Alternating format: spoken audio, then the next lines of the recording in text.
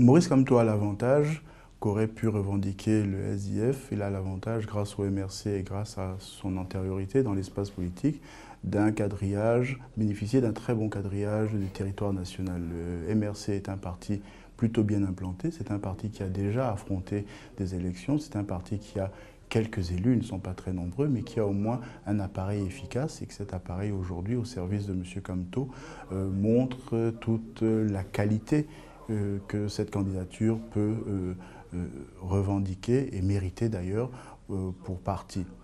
Par ailleurs, mais cela peut être jugé négativement, il y a via les réseaux sociaux quelques groupes très actifs pour soutenir M. Kamto et parfois s'attaquer, hélas trop violemment, à ceux qui s'opposeraient au cheminement de M. Kamto vers la présidence, vers Etoudi. Donc tout cela, à mon avis, a pour conséquence évidente de créer autour de cette candidature un émoi, une émotion, de provoquer peut-être du rejet dans certaines circonstances, mais aussi évidemment de faire en sorte que les apparitions de M. Kamto sont guettées, tout ce qu'il fait est désormais observé et c'est important pour un candidat d'attirer sur lui la lumière des projecteurs, d'être au centre de tous les intérêts, parce que là aussi il y a une lutte pour la conquête de l'opinion publique qui se joue et il faut la gagner. Et il faut la gagner, ce qui me semble être dans la stratégie du MRC, d'abord au sein de la catégorie dite de l'opposition. Le principal rival du MRC, c'est d'abord le SDF. Il faudrait donc que M. Kamto, qui est candidat pour la première fois à l'élection présidentielle, devance au moins l'ensemble de ses rivaux, les 8 candidats face à M. Biya, et qu'il puisse justement, dans un avenir proche, se présenter comme un challenger, j'allais dire presque un homologue du président de la République.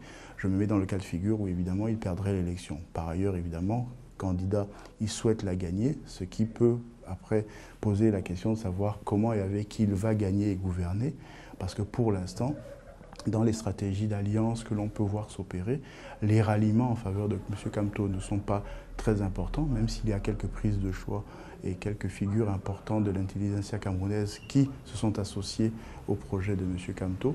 Il faudrait que sa candidature et sa personnalité fassent une unanimité plus large, en tout cas soit plus ouverte au-delà de quelques catégories qui lui sont déjà fidèles, de manière à ce qu'il agrège autour de son projet et autour de sa personne. Candidature à l'élection présidentielle, c'est aussi le face-à-face d'un individu avec le peuple. Il faudrait donc que tout cela soit mieux argumenté pour que M. Kamto réussisse finalement à franchir un cap essentiel et puisse, au-delà de la crédibilité, c'est la stature qu'il revendique, au-delà de la qualité de son projet, dont on parle très peu en réalité, qu'il soit en mesure justement de convaincre ceux des Camerounais qui, pour l'instant, il y en a encore quelques-uns, resteraient sceptiques.